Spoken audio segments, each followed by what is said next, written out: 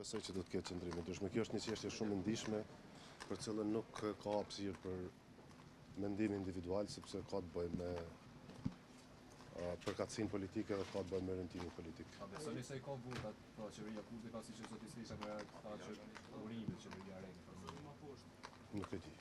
Cilat janë masat nëse voton dikush prej deputetëve të qeverisë? Atëherë mas seancës kjo po besoj që është një çështje tepër delikate votimi i qeverisë pa marrëveshje politike individualisht, sidomos mbas 8 muajve të një situate tensionuar pa arsyeshëm, të një situate të krijuar pa arsyeshëm është shumë vështirë që me bë dikush për LDK-s, po nuk e di. A jeni të provoni një qeveri me parti të tjera apo të shkohet në zgjedhje? Kjo është çështje që duhet diskutohet nesër sot të shton formimi i qeverisë. Unë kam frikë personalisht se vendi do të hyjë në krizë buxhetore, nëse nuk arrim që të kalojmë buxhetin për vitin 2025 dhe nga 1 janar asnjë pagesë nuk mund të bëhet.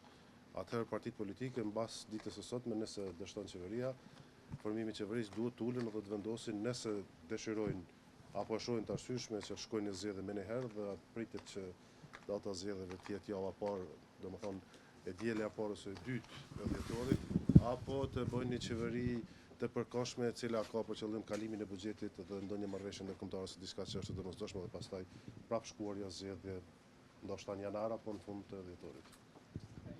Faleminderit.